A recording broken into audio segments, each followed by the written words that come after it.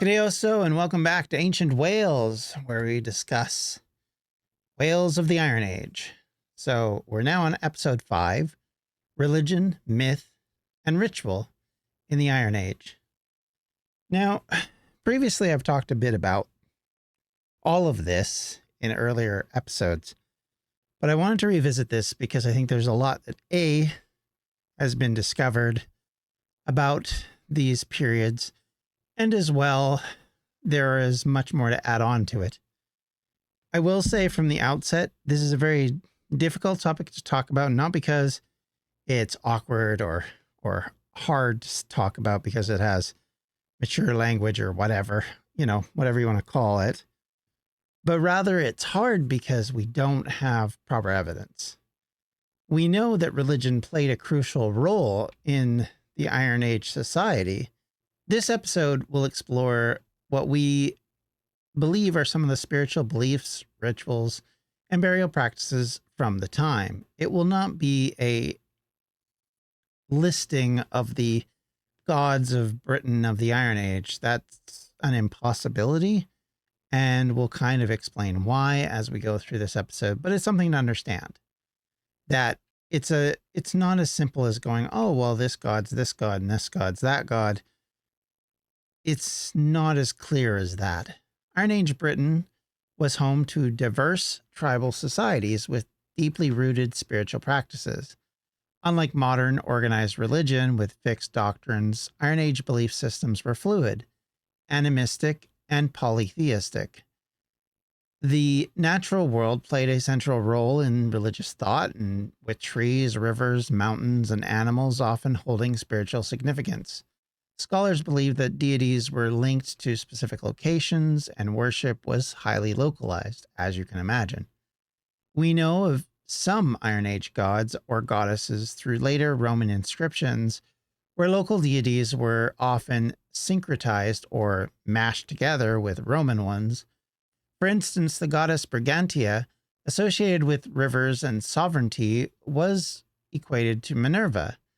Archaeological finds such as torques, pony caps, and horns, such as Dumfries and Galloway, suggest that animal symbolism was integral to spiritual belief, possibly representing totems or divine messengers.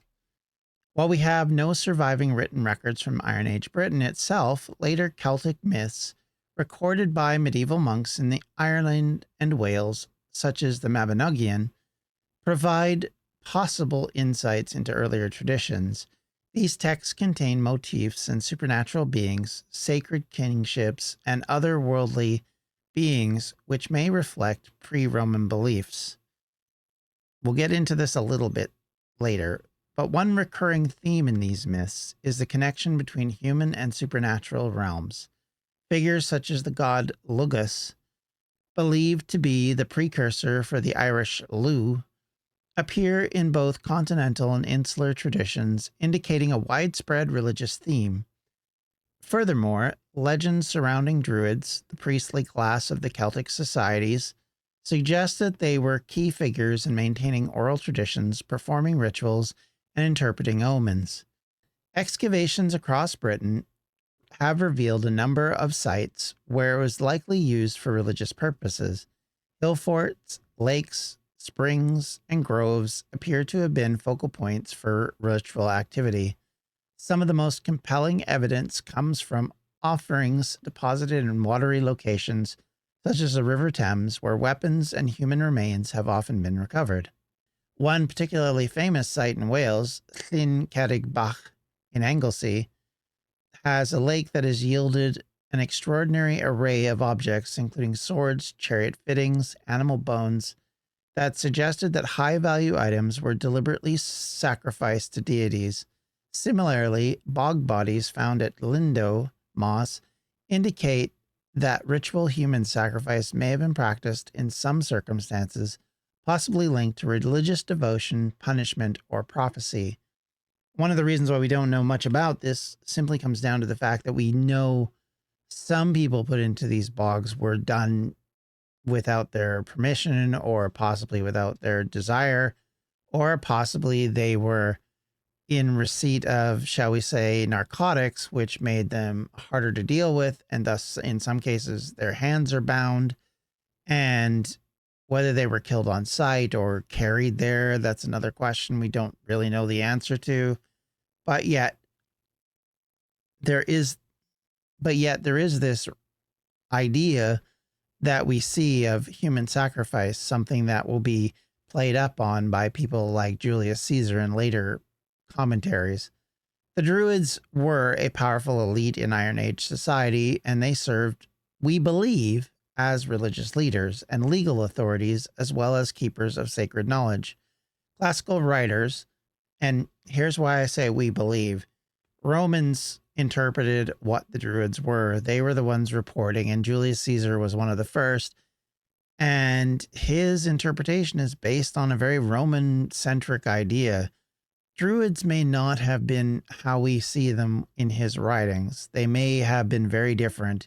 It's hard to know because he's using his writings to justify his attitude and specifically to justify his wars. And so making these people seem mysterious and possibly, human sacrificers would make his war slightly more palatable because, of course, Romans, even though they loved to take slaves, weren't big on human sacrifice.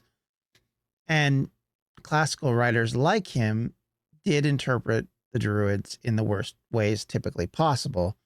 They acknowledged, such as Julius Caesar did in his Commentary de Bello Gallico, or the commentary of the Gallic Wars, they were described, these Druids, as intermediaries between God and humans, performing complex ceremonies and overseeing sacrifices, something which would be very similar to what was going on in Rome. This is why I say you have to take these things with a bit of a grain of salt, because that's what Roman religious people did. That doesn't necessarily mean this is what these people did. Much like how there is a debate in anthropology and archaeology between labeling Druids as shamanic types or shamans, because that's an interpretation that comes from Aboriginal peoples in various locations outside of this part of Europe. And there is this concept that may not be something we should be comparing the Druids to, that they may be more formalized than that. They may be different than that. But I would counter that by saying, I don't think that the idea of having an elder who happens to have what's perceived as magical powers or a lot of experience and knowledge of medical practices as being that different between cultures. I think that's a commonality in culture rather than something we should separate and say, well, this culture did that, but this culture did something slightly different, so thus it can't be the same thing.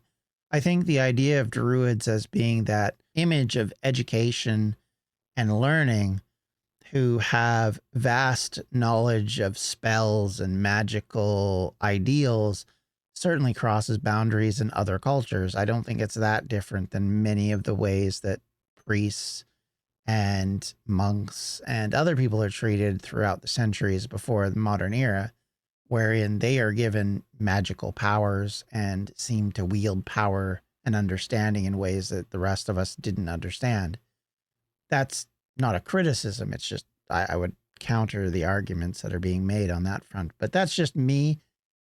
Your mileage and ideas on this may vary. So don't get me wrong, just because I'm saying it doesn't make it right. But that's my own perspective on it. Now, Caesar also notes that Druids apparently forbade the use of writing for religious matters. I don't know about this one, and that they ensured that their teachings remained exclusively oral because that having that memory and expanding on that memory helped that person retain knowledge in their mind rather than wasting it literally by writing it down. I think that is hokum. I think that there may be some truth to that to a degree, but I believe that's only in the continental degree. I don't think in Britain that's the same thing. I think the Druids of Britain are dealing with a culture that is very much non-literate. There is no evidence before the Romans arrive of any writing of any variety or type. in any fashion done in Britain. We just have not found any of it. Now, could there still be some found at some point? Possibly.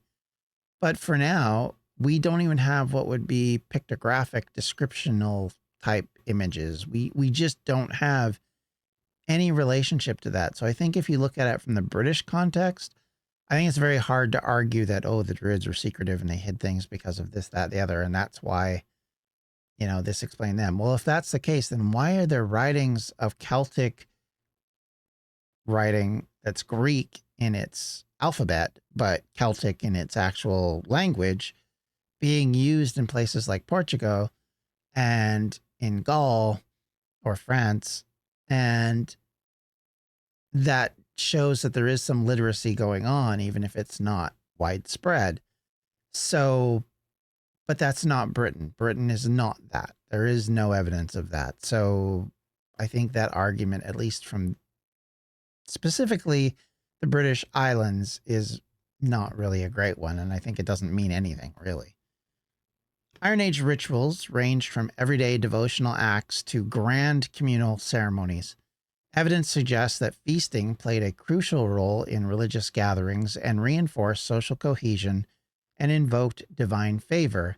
Animal bones are often found in ritual contexts, such as at Danbury Hill Fort, where it indicated that livestock were sacrificed and consumed in ceremonial settings. For example, often in roundhouse development, one of the things they will find in the post holes is evidence of animal parts being buried in the post hole, sort of as a symbol to the gods of possibly, and everything from here on out is a possibly, of the divine acceptance of this place, the dedication of the house toward the gods. All of that may have something to do with it. We don't fundamentally know. So, and I'm going to continue to go back to that. And I'm sorry I continue to bring that up, but I think it's good to understand that these are educated guesses, not educated knowledge, really, based on other evidences that we have. A part of sacred ceremonies, one might even say a key reason for them, was found in birth and death. Both would be seen as associated between key events taking place of significance to a person. And these kind of events, of course, even today remain highly built up in ritual and in functional things. We think about, how we have gifting for births, how we have meals generally built up around deaths, and how funerals work and how the ceremony around a funeral works. Even if they're not religious, there's still a basis of religiosity in the ceremonies that quite often take place. So all of that needs to be understood in that context. We lay flowers quite often at the burial site of someone significant to us. Obviously, that is symbolic and it works in a very similar way. It doesn't mean that we're mystically hoping that the ancient, that person who's passed away suddenly gets a flower in the afterlife, but it's rather this concept of linkage between that person and you. And I think that's the same for the ancients. They aren't that different from us, let's be honest, and they may look at things in a different way. They may understand the world around them differently. But the reality is a lot of that is similar to our viewpoint. They want to have success. They want to have everything go well. And so acknowledging that through celebration and through feasting and through burials that are done in a certain way, in a certain method, that's a part of that process. Now, let's talk about what these burials would be like. Now, I say burial. The irony here is the first thing we're going to talk about is not a burial. It's what's called an excarnation, or a practice where you expose human remains to the elements before being placed in some form of burial or cremation or into a kist, if you want to use the example there. So effectively, the person is left out on a dais, and during the time period that they're left out there, the skeleton will be what's left over. Everything else will decompose through natural function. And then the bones are taken and they're either buried or cremated or, whatever they do with them afterwards. Now, why do they do that? Well, something that's been thought to be the case is there is a suggestion that it's an opportunity for the soul to escape the body through the destruction of the physical body. The soul then escapes. And in estimations of what we think happens, we perceive that this is all about escaping upward. You know, the soul escapes above into the sky and into heaven, using a more modern phrasing, whereas burials would refer to putting that person closer to the underworld or the place where the dead go. And thinking of underworld, don't think of it as hell in the way we consider it, but rather the idea that they would go under the ground because that would put them closer to the place where their soul would eventually go to live whatever happens to it after that. And quite frequently, that's kind of the two options that come about in the Iron Age. And we see throughout this period a reusing and reworking of Bronze Age burial mounds, especially with cremations, where you find people buried across centuries in those sites. And so some of them can get dotted with various burials. And likely that's because there's a relationship to them, possibly. Or it could be the significance of people finding these sites and seeing in them a historical concept. In other words, basically, there's an understanding they're important, that they're significant, that they're sacred in some way without necessarily understanding why. And so they reuse them. We find this happening in the Roman era when there are still coin deposits being done near them. In other words, you know, giving offerings to the ancient gods of Britain to watch over them while they're on their way, or the ancestors that were buried there. So there's still this concept of these sites as being holy places and explanations being given for their reason for being, much like how Stonehenge goes from being built by Stone Age Neolithic people who are honoring the dead in some form or fashion, and it eventually becomes, you know, it was built by giants and all of the stories that would come about because of that, or built by the, you know, the first ancestors that came from Troy to Britain, and, you know, misunderstandings of the age of things because you don't, you know, have modern dating methods, so you just make an assumption that very old means not that long back. And so these kind of explanations kind of work themselves into the modern understanding, but the modern to them understanding of what the places are. And so they still remain significant to them. Same way hill forts remain significant even after the Roman period. And as well, the disposition of goods in graves, such as at Wetwang in East Yorkshire, imply that there was a belief in an afterlife where material possessions had value. We mentioned previously when talking about warrior classes, the burials would happen with swords, but we've also found necklaces, torques, beer, and food, as well as chariots and horses being buried in these graves, likely to help give comfort to the dead and to link them to the living. One of a story my own personal life was when I was a very small child. My father had bought a 1972 Oldsmobile, and he very much loved that vehicle. Loved it. He drove it till it basically was just about to break down. And he loved it so much that I remember my oldest brother saying at one time that he thought he would bury him in it because it had made such a significance to his life that it was a way to remember one of his favorite things. Is that very different than somebody who's buried with their favorite toy or their favorite necklace or jewelry or whatever, or their favorite pet, maybe, who may have passed on earlier? Who knows? All of these things kind of are what they did in those days. And we make guesses based on what we see now, which is, and what we know of in literate societies where things were copied down, say in Egypt or in Rome or in Greece and in Mesopotamia and areas like that, where they talk about these things, and you kind of come to an understanding of, okay, this is probably why they're doing this, even if we don't know for sure. We talked a little bit about the bog bodies, and This is the most striking evidence of ritual practice in Iron Age Britain. These naturally preserved human remains, often found in peat bogs, show signs of violent deaths, as I said, including things like strangulation, stabbing, and blunt force trauma. Scholars suggest that these individuals may have been sacrificed and their bodies then placed in the bog as an offering to the gods as part of a complex rite of kingship and renewal.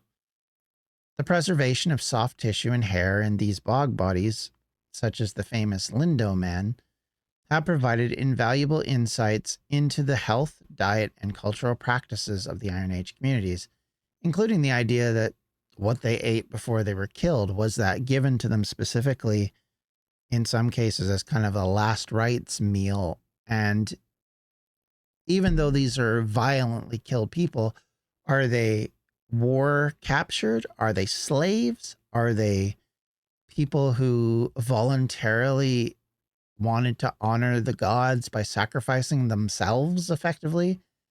We don't know for sure. We just make assumptions based again on what we see with other groups, and any one of those things could be possible, though the violent death side of it probably doesn't mean it was that wonderful to be a part of.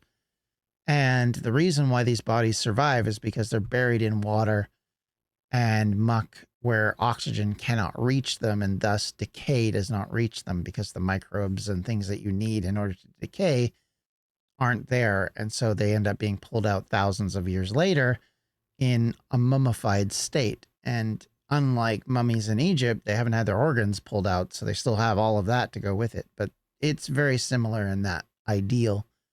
And it's not common, so don't get me wrong. This isn't like there are thousands of bog bodies floating around in bogs, just waiting to be discovered. But they did happen, and they were obviously a practice that was common enough and known enough that people would do it. Now, why were they doing it? That's the more difficult question to answer. Is sacrifices being done of humans because things are bad and it's a way to appease the angry gods? Is it a practice that's become ritualized on the victory in a war, much like what happened with Aztec captured war prisoners who are then sacrificed to the gods, and the blood of them that is used as an offering to these gods? There is all this kind of discussion, and we don't know the answers. Obviously, again, I will continue to refer to that, and unfortunately, this is an issue with literate and non-literate societies going back this far. You're just not going to understand everything. You're going to understand a few things. So keep that in mind. Small portions. And I'll try to not say it over and over again, but I'm going to go back to it a few times. I'm not going to lie. And while we think we understand what is going on, we still struggle to get to grips with something that's 2,500 years old as a practice, and it's done by people who are not literate, and they themselves never spoke of themselves, not in a way we would think of it. As Dr. Barry Cunliffe puts it, quote, "Human behavior seen through an archaeological record is seldom easy to understand with any degree of assurance," end quote. However, we can make judgments based on patterns, and returning to Dr. Cunliffe, quote, "A bronze sword dredged in a river could be a regrettable loss or a liberated deposition. A horse leg found at the bottom of a disused storage pit could be an offering to a god or the result of a casual disposal of waste," end quote. What tells us that they are different from being just casually lost items or accidentally lost items or things thrown out is that you just keep finding them. Another leg deposited the same way, sword after sword arising from lake beds or streams or rivers. The point is that these are not accidents. They're not carelessness, but practiced ideals. One that is likely has meaning and purpose, and shows that the offerings are based on how we see things done in other cultures and religions, where we do have written evidence of these practices. This is why we get the ideas that these are ceremonial and not just kind of what, this sword's slightly bent, let me throw it out. At two Welsh sites, for example, at Llyn Fawr in Glamorgan and Llyn Cerrig on Anglesey, these are two places where metal was placed at water sources. These locations are very different from each other, both geographically, one being in the far south, one being in the far north, but also in timing. Llyn Fawr happened at the beginning of the Iron Age, while Llyn Cerrig is at its end. Yet both show similar ideas of ritual deposits. Yet the distance in time also may point to a distance in what is perceived as the significance of why you're giving it to your god. In Llyn Fawr, for example, items that were offered were of martial use, such as spears and swords, but there was also non-martial things such as pots, scythes, and axe heads, to name just a few. These have been seen as votive offerings. Now, what is a votive offering? It's an offering or deposit which refers to the placement of one or more objects displayed or deposited without the intention of recovery or use in a sacred place for religious purpose. Such items are features of modern and ancient societies and generally made to gain favor with supernatural forces. As a modern example, think of rosary beads left in a Catholic church, or a candle lit to honor someone, or something like food and drink left at a Shinto shrine. We still do things similar to what these people did in our own modern religious worship today, but they're generally given and understood differently, yet they may have similar meaning, gaining the favor of the gods or the saints. We carry forward a lot from these ancient peoples, and it's something that I think is significant for us to understand, that we ourselves may not even recognize it, I would argue, is a definitive example of an idea that we are seeing, that we think we're so different from the ancient people, but actually we do a lot of things that are very similar to what ancient people did, just interpreted differently or understood differently. It's important to understand when we view these things done in the past that we give it context and understand that there is meaning and a way of doing things, as pointed out by Dr. Miranda Althouse Green, someone who's, I have to point out, a lot of the books that I found about Celtic and ancient Britain mythology come from her. I have 3 books, and I was mildly surprised to realize that she'd written them all, because I did not buy them knowing she'd written them all, so it's kind of interesting. But she said, water deposits of votive offerings gives us, quote, undoubtedly it reflects a highly ritualized action associated perhaps with episodic renewal of allegiance to a spirit power perceived as residing in these remote, liminal, dangerous, and inaccessible places such as pools and bogs, end quote. Another aspect of this myth building is, how do we understand the way that ancient Britons perceived their world? How can we glean any ideas on what they saw about their world and what likely might have been the purpose of some of their actions? Well, as I mentioned, we can perceive that they were making offerings to gods, but what would that look like? And what would their gods, in fact, look like? What would they seem to, and how would they be perceived to be? Were they human or animal or something ill-defined like wind, weather, earth, or sky? That's a question that would be harder to pin down than burial practices or votive offerings, though we can get a clue from those. Modern historians and archaeologists try their best to interpret and understand the gods of Iron Age Britain through a number of ways. First, examining ancient and not so ancient, prehistoric and pre-literate people gives us an understanding of that they can view through a lens of how and what it is that they're answering. We know, for example, that ancient Hebrew/Canaanite people talked about their god as a god of storms, or a storm god. We know others, such as the Cree of the Northern Plains in North America, saw the world riding on the back of a giant turtle and viewed their gods as personified through animals and spirits. Others, such as the Greeks and Romans, saw gods as human-like, while still having elemental natures, such as Zeus was the storm god, for example. We assume that ancient Britons worshipped and built near water sources, likely an idea of sacrificing for crop yields, successful wars, hunts, and any number of other meanings would explain some of these water deposits. Others revolved around the sky. One suggestion for the exposure of bodies, as I mentioned earlier, is to allow the spirit to return to the sky as it escaped the decaying corpse. Something that would make sense if you believed that freeing a trapped soul on this earth was key to the next life. And then in discussing other practices where burying and returning a body to Mother Earth and her children and offering safe passage through the form of the underworld through offering libations or riches, in other words, valuable items to trade while you go along the river Styx, for example. This would be similar to the Egyptian idea of the afterlife and why burials became so elaborate for the wealthy. And let's be clear, when we talk about elaborate burials, we are likely talking about higher class or possibly well-respected people, like an important elder or ancestor. So, who are the gods of this world? Can we make guesses? Now, I have seen a list of names, and I know there are names. They are lifted from medieval sources, so I'm not going to list them here. We've mentioned a couple previously, but there's a reason why I'm not mentioning them. But I want to talk about that in more depth. What we want to talk about is, rather than talking about specific names, we're going to talk about what the gods could be.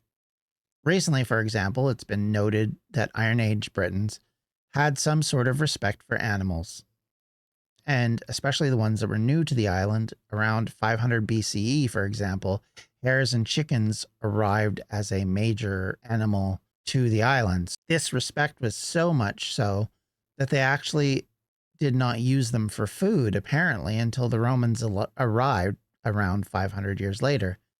There were ditches where hares and chickens had been found buried whole, not taken apart the way you would if you were cooking them, as you would do for a chicken dinner. These were animals that could have been kept as pets, and thus their significance to these people meant that they were given honorable burials because of that. And this may be because of their relatively unusual appearance compared to other animals that existed at the time. Or could it possibly be that there was some sort of mysticism built up around them? Again, I will argue your guess is as good as mine, but there are suggestions that it may have been a mystical meaning as to why they were honored the way they were. One thing we do know is that the representation of the divine is incredibly difficult. Celtic-influenced art is often abstract at best. When carvings are found of heads in various parts of Wales, we aren't even sure their disposition happened. Were they from the Iron Age? Were they from Roman Britain? Or could they even be early medieval carvings that just happened at some point by somebody, and we just don't have enough evidence to be able to define when they happened? So while some would say they're definitely Iron Age, there's nothing else in any other part of Britain where that shows to be something that was done. So it makes it more difficult to work on that or come up with that. It also appears that personifications of deity was not really something done in Britain. If idols did not exist that captured the image of God, what exactly did they think their gods were? One suggestion could be ancestor worship, an idea that ancestors watch over their progeny from the other side is popular across many religions even today, so it makes sense that this might explain some of the reason why there's no obvious godlike figure. Animism, in other words, giving animals divine natures as either the gods themselves or more likely as divine messengers that watch over the people, is something, again, seen in religions such as dragons taking on godlike tendencies, for example, or the way cows are worshipped in places like India, or any number of other examples of various animals that are perceived, such as the white hart in Old English mythology, and how they are looked at. We do see carvings in pottery that show animals and their motifs, cats and cows, appear in several places, as well as iron fire dogs, which are found in various places, also show that there was some importance about them. significant enough to at least mark them. In earlier medieval stories, we often have mystical creatures, as I mentioned, the White Hart, or the horses that travel at massive speeds through the Mabinogion, the mythical creatures like nymphs and fairies that exist in forests and in different wild places, hiding themselves from humans to trap them or to give them rewards that are somewhat have strings attached kind of idea. The problem of these stories is that because they're of medieval origin, they might be holdovers from the Iron Age myths, but we have to tread carefully because there is between 600 to 1300 years separating them from when their supposed invention happened, which you can't just assume that one relates to the other. Take, for example, the Bishop of Myra in present day Turkey, who lived in the 3rd century CE. In one of his earliest stories, it was said that he had rescued 3 girls from being forced into prostitution by dropping sacks of gold through the window of their houses each night for 3 nights so their fathers could pay a dowry for each of them. In other words, marry them off rather than having them end up in prostitution. He would also be claimed to have attended the Council of Nicaea under Emperor Constantine, and though there is no record of this during the actual event. But nearly 2,000 years later, this man is said to wear a red suit, sit on a sleigh with 8 or 9 reindeer, delivering presents to the world's children on Christ Mass Eve.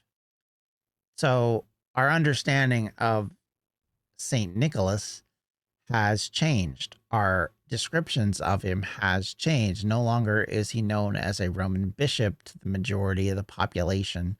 He is instead a jolly red and white suited elf in Coca-Cola colors who flies around in the most northern of northern items and delivers presents not to, girls going into prostitution, but rather to the entire world's children. This is a very different understanding. And if that's changed when we have a literate population and the actual stories that were written about this bishop, hundreds and thousands of years ago, just imagine in a non-literate society how stories changed. So I would, I guess, point out that while we have lists of gods and lists of ideas, I don't think we can accept that one equals the other, that the stories in the Mabinogion, for example, link back to some ancient source. There's loads of examples of people creating things from whole cloth. Look at Iolo and his concept of Druidism, which was completely made up, and how he tried to link it to ancient sources, somewhat like Geoffrey of Monmouth, who did similarly in the medieval period. These people are not trustworthy sources. And I think that the same could be said about oral traditions that are being passed down in between various changes to society in ways that just don't carry on correctly. So while I am saying this, I just want you to understand that, yes, we have evidence of things that are going on, but you can't say, oh, yeah, that's definitely Lu, the god of this, the god of that, or whatever. You can say that. It doesn't mean anything. What is presumed based on pretty good guesses is that, as I mentioned, water sources were very important to Iron Age Brits.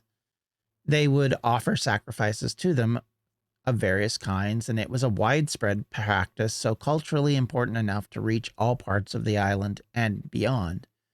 So why do we have no evidence or shrines of religious practices? Well, consider the fact that likely any sort of sacred site to an Iron Age Brit by the time the Romans arrive is still a sacred site to an Iron Age Briton, now called a Roman Briton.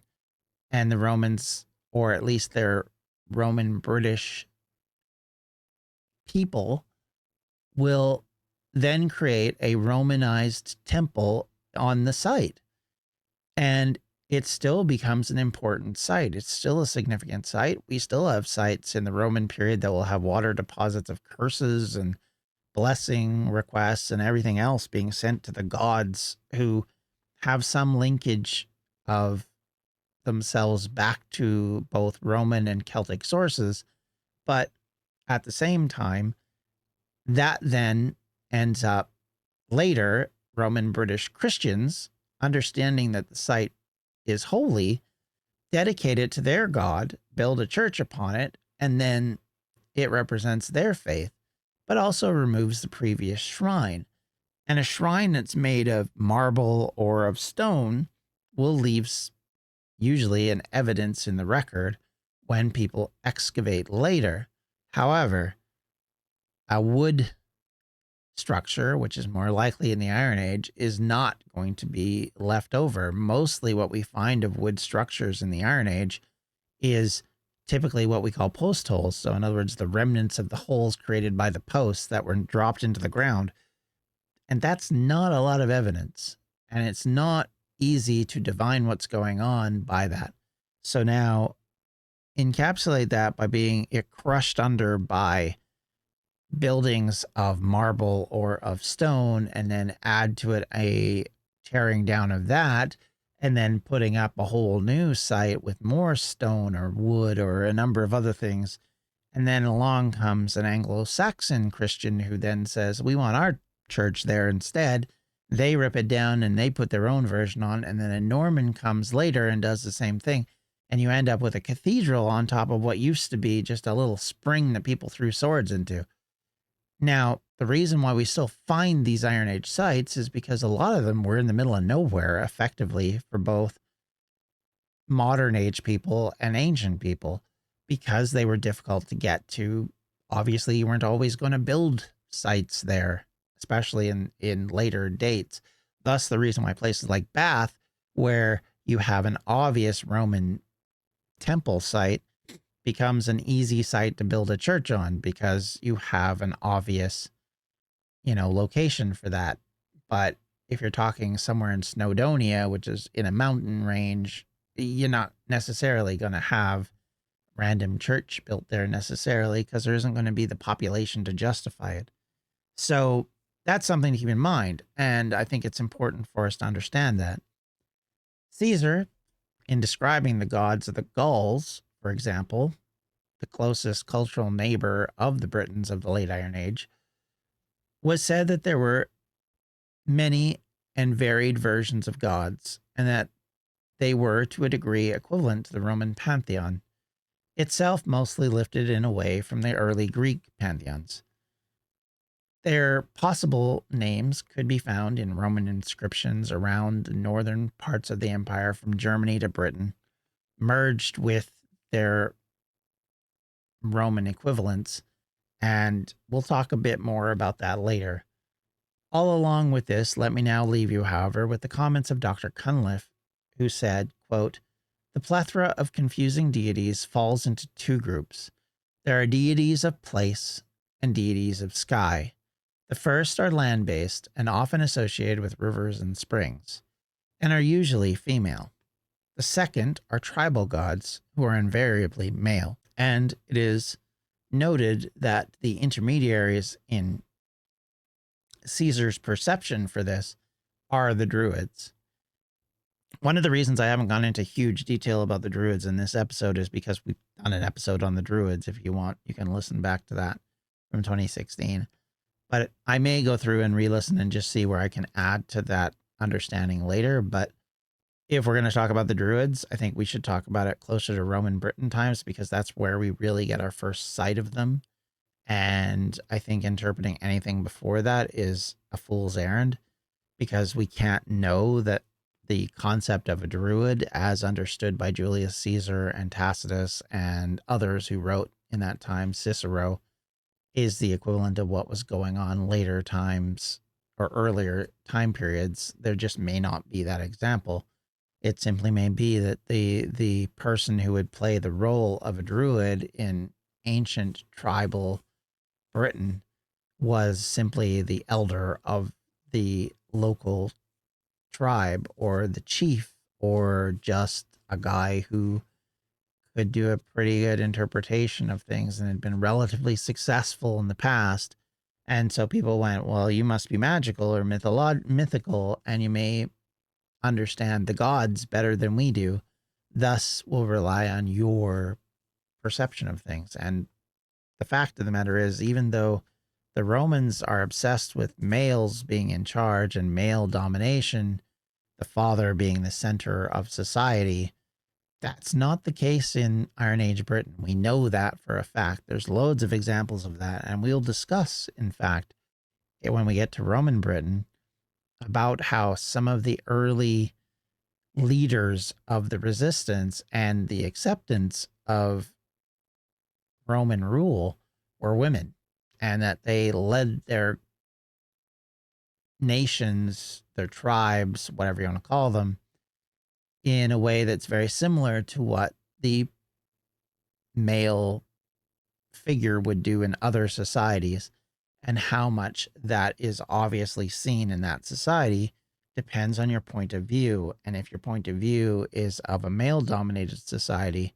then the women don't get treated the same. And again, we'll discuss that when we get there. And with all that said and done, thank you all for listening or viewing today. I hope this was helpful. I hope it gives you some context about it. The other reason why I didn't want to mention names of gods specifically is because when we get to the Roman period, we will be discussing names in particular, specifically how they're interlinked to Roman gods like Minerva, like Poseidon, and all of those kind of gods, because they have Jupiter, because those linkages actually have meaning, they have purpose, and there's reasons why they're doing it. And I think it's important for us to understand that, and it'll give us at least some small understanding of these gods. But remember, likely these are gods of Roman Britain, not gods of Britain. And there may not be a relationship between, say, a Silures god and a Ordavantes god, or a Brigantes god, or, pick and choose what tribe we want to talk about. They don't necessarily worship the same thing or focus on the same thing. And it may or may not be like the Greeks, where the Greeks had a common pantheon, but different gods meant different things to different city-states. It may be more like the Middle East, where various tribes had their own set of pantheon, and the pantheons warred amongst themselves in the thought process of those local people. So with all that said and done, thank you all for listening and viewing. As I said, if you have any questions, comments, or concerns, you can always reach me at the welshhistorypodcast@gmail.com. You can reach out to me on X, Blue Sky, or Instagram at Welsh History Pod, or on Facebook at facebook.com/Welsh History Podcast. And hey, if you are curious or want to, you can also donate via Patreon at patreon.com/Welsh History. That money, as I said a couple of weeks ago, will be something I am going to dedicate towards creating an opportunity to do video in Wales on various historical events and people and things like that. So, places. But that's for later. That's something, as I said, that's something I'm looking ahead to do. So from now on, thank you very much. Hope you have a great rest of your day. Take care. Enjoy. Bye-bye. Welsh History Podcast is a member of the Evergreen Podcast Network. To find more information on them, you can do so at evergreenpodcast.com. Thanks for listening.